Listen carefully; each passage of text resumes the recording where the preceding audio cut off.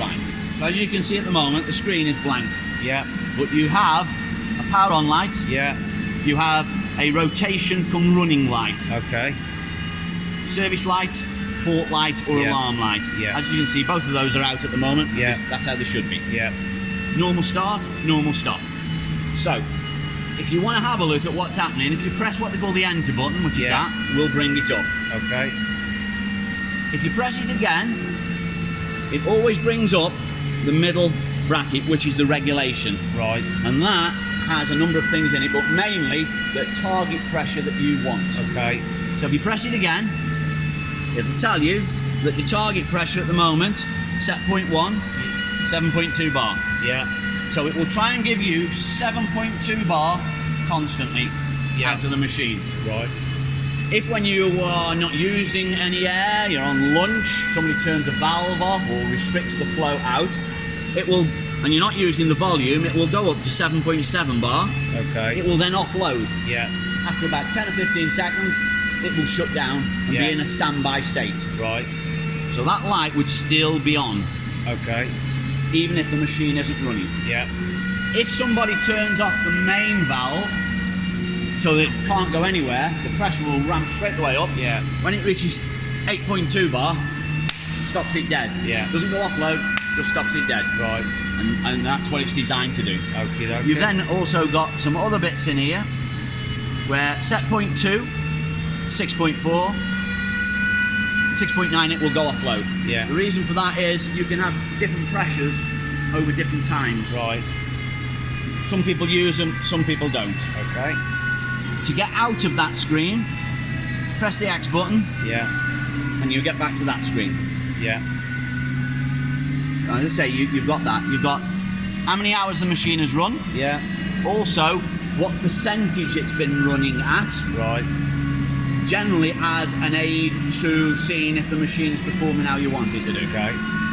So go across to there, enter that. It'll tell you the hours run, the number of starts, Yeah. load, how much is loaded and unloaded, and then you've got percentages here. 4% run at that, 61%, which is the vast majority, is 20 to 40%. Right. It's an aid to it. Yeah. 100%, 31, which is quite high, but it's not way out.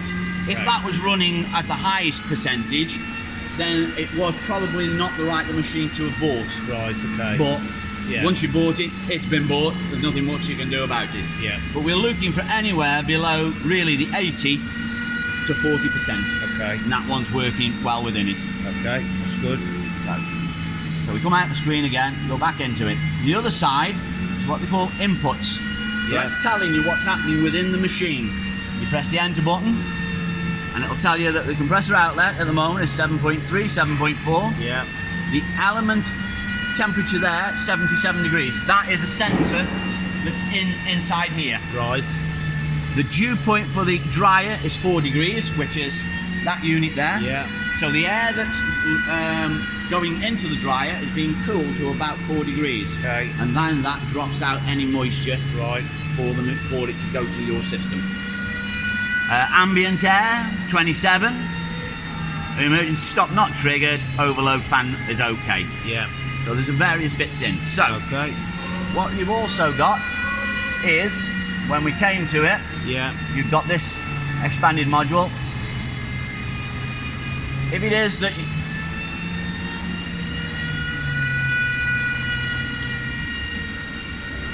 if there was a problem, shut down. Red light flashing. Yeah. I mean, somebody comes along, accidentally knocks him, stop. And you've got a symbol there. You can have a slightly different symbol, but there will be a symbol there. Okay. If you go into it, that's flashing. Yeah. You go along, enter. Now, this was the one that we had on that one, where it says element temperature.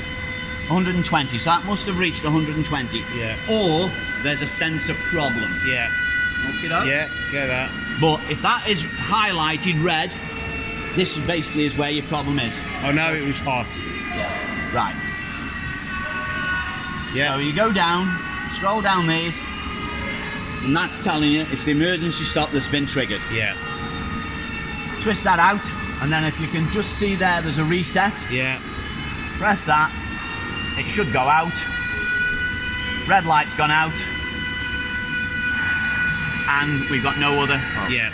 So there are about 5 faults in that particular area. Right. The one that is highlighted is the last one with your problem. Yeah. Yeah. Okay. And I say it could be e-stop gone in, over temperature, it can be a few things, motor problem, electrical. Hopefully, overload. Hopefully you don't get it, but that's what happens. Yeah. Okay, that's brilliant. If you go up to one, where I don't know if you can notice there's a grey area which says menu. Yeah.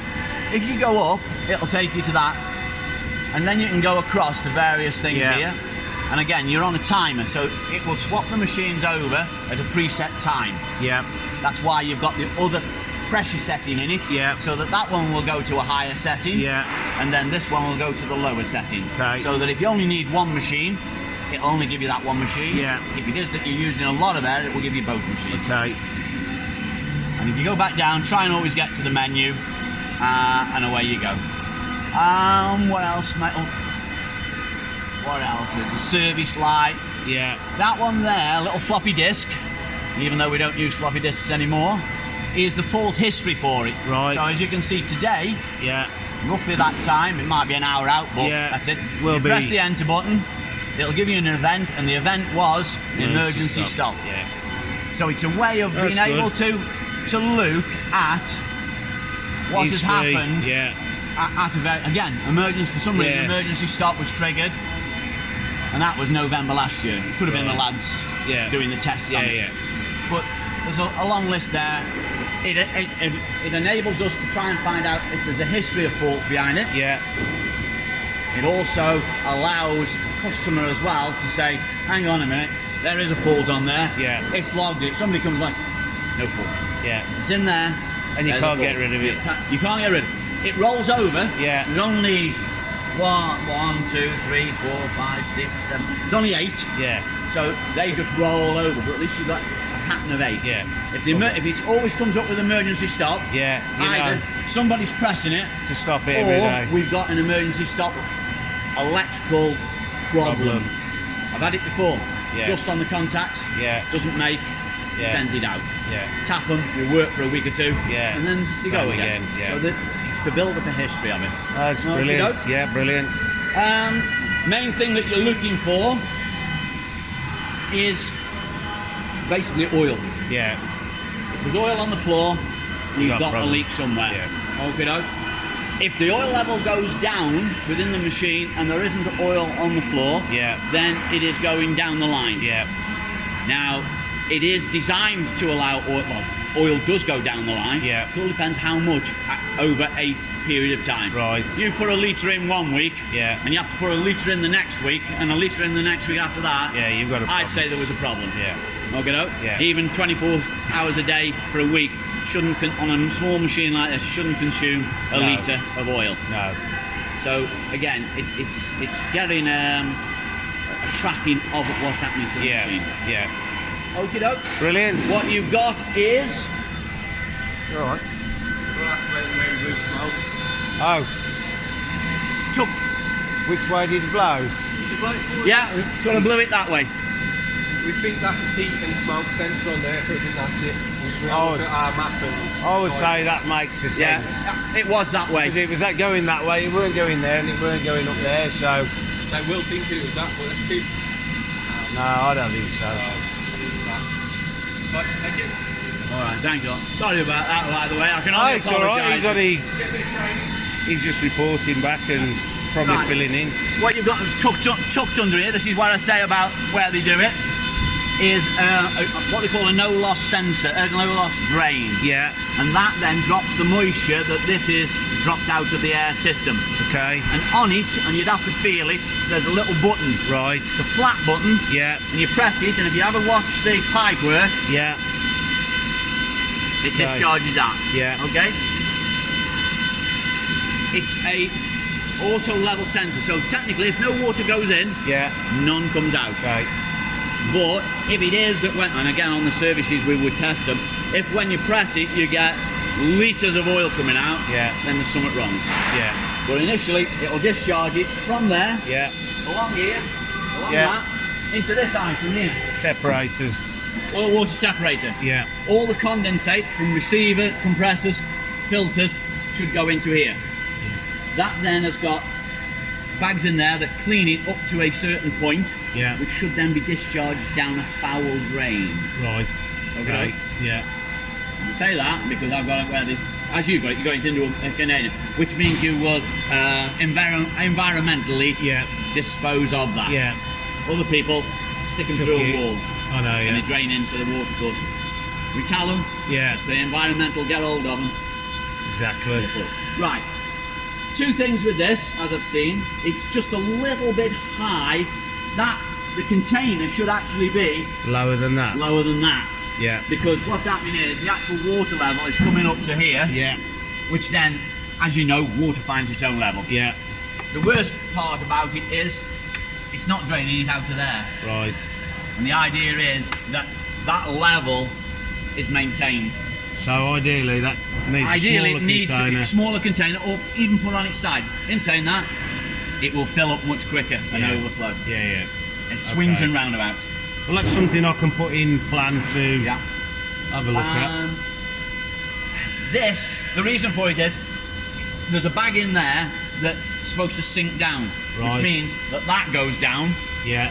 If the water level stays where it is, Yeah. it won't sink down. Okay. And it will always say, hey, I got plenty. Yeah.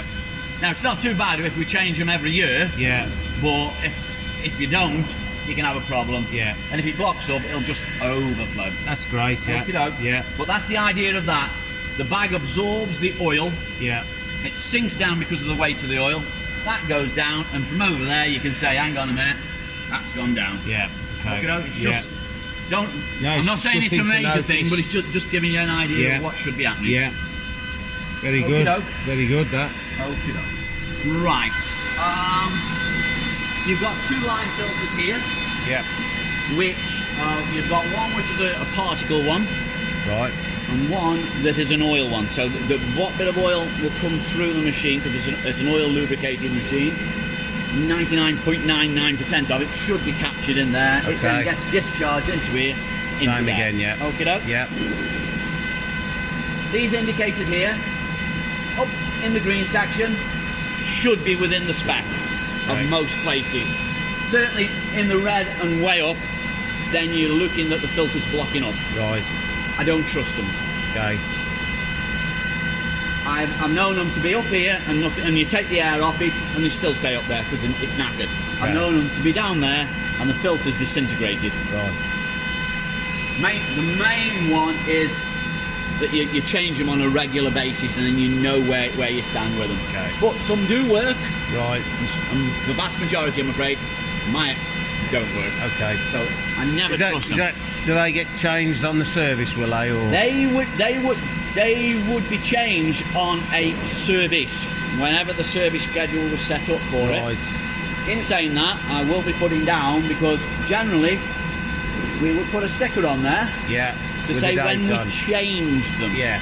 So not when they're due to be changed. Yeah. When we change them, because as I say, if that dumps its oil, that filter's going to be blinded within Yeah. seconds. Yeah.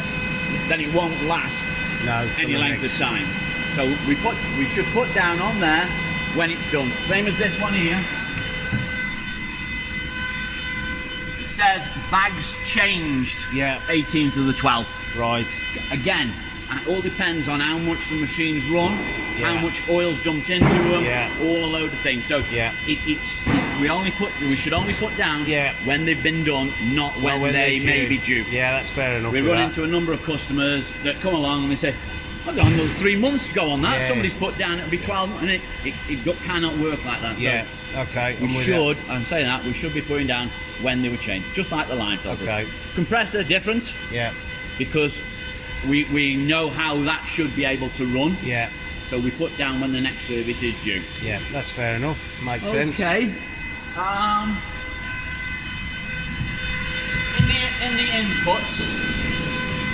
In the inputs, it'll tell you what the dew point of the dryer is. So if it is that you seem to be getting water down the line, have a look at that dryer PDP Yeah. and see that it's round about between 2 and 6 degrees. Right. 8 degrees, if this was boiling hot, Yeah. I'd say, yeah, there's very It little can you get a do. bit warmer, but Anything above 10, yeah. I'd say, hang on a minute, you're starting having a problem. Okay. And if that reaches, I'm not sure if it's 12 or 15, but if it reaches a certain value, it will bring the red light up anyhow. Okay. Because it's over. If it packs up, Yeah. so the temperature going through it Yeah. is a lot higher than 15, Yeah. it will show you that. Okay. Okie doke. Yeah. If it is that you forget about how to come off that, if you leave it, about a minute later it goes back to the original screen. It will even go dark. Okay. Yeah. But yeah. basically, the X button will take you out of it. Yeah. Brilliant. And on the screen, you've got your system pressure, Yeah. how much the machine is running. So at the moment, we're running 100%. Yeah. Excuse me. You can see by that there's a turning bit in it, so that's showing that the machine is actually running. Yeah. This is, and I forget what that one is at the moment. Oh, that gives you the regulation side of it. Yeah.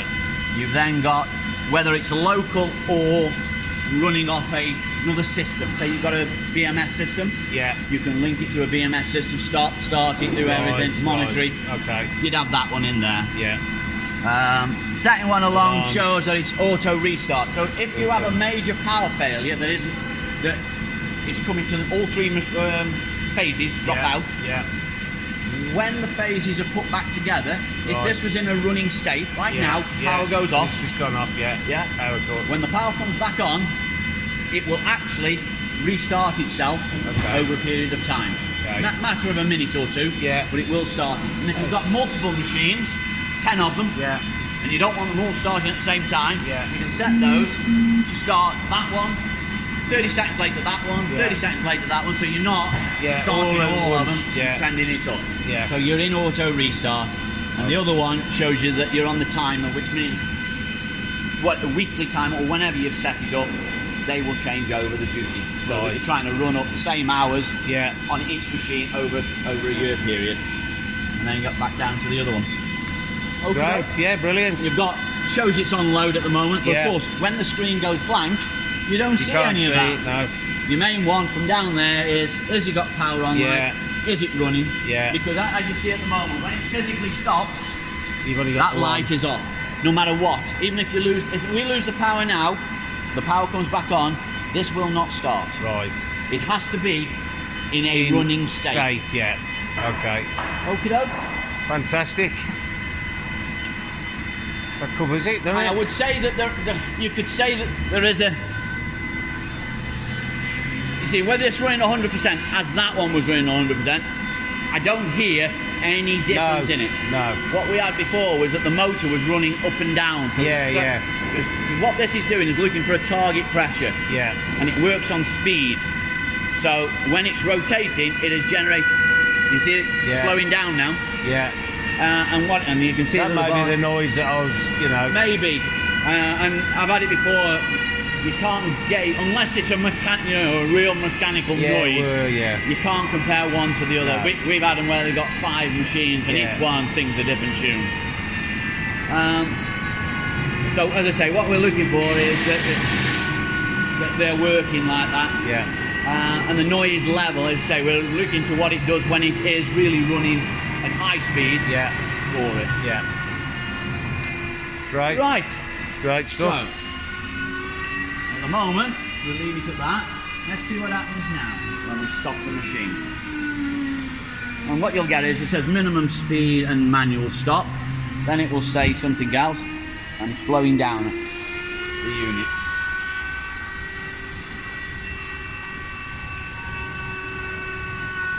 See, in that state now, if you were to try and open that, you would get oil, frothy oil. Because actually, the air goes into the oil Yeah. and it froths up. Yeah. And then it's separated out. Yeah. So that then it drops the oil back into the reservoir, which is that vessel, and almost pure air then comes out Yeah. of the top. That's the oil filter. That's what they call the air oil separator. So that's what separates the air and oil mixture. Okay. Drops the rest of it down there. A little bit goes through. Yeah. This is called the scavenge pipe, Yeah. which scavenges back. If that is cold, and the machine is running anything above 60 degrees, you may have a problem in there. Right. And then that will drop your oil level because it will be sending more oil down the line. Right. Again, I've checked that and everything appeared to be all right. Yeah. As I said, there's your cooler as well. You've got those two bits and pieces there. You've got a manual drain on the back, so if you do think that isn't working, if you take this off, okay, you get a container and you put it under there, and when you open that, you get litres of oil coming out, water coming out. Then you would say that there's something wrong with that drain there. Okay. I've had it before. Manually they work, automatically they don't. Okay. Nobody can tell me why, because you'd expect that it wouldn't work at all. Yeah. Only thing it does is 2 level sensors, and it's what's called a no loss drain, so you don't actually lose any air, so it actually retains a level of water inside the unit. Right. So you've got one sensor there, one sensor here. As the water comes up to this sensor, it activates the solenoid, and the water pressure pushes that down until it reaches the second sensor. And the only thing it does is displace the water. Yeah. Unlike time solenoid drains, if there's water in them, then it will discharge it. But if there's not a great deal in, that will operate every minute, regardless of whether there's water in it or not. Right. So you're wasting air. Yeah. If it is that, if it works only for 2 seconds and it hasn't got rid of 10% of the water, the next time it operates, it's got another 10% in, another 10% in, and then it gets full. The beauty of those is that it works, that it will empty it when it does it, when they work. I'm a great more advocate of one of those than one of those. But energy efficiency, you must have them. I can't think of much more. I mean, no, I think you've covered it all. You've covered it all. You know where the air filter was. You saw where that was. Yeah.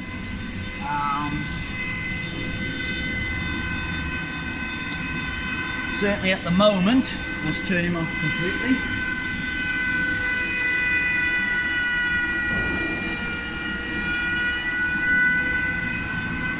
I mean, it's bone dry, but there was a trickle off the top of there, so that's solid.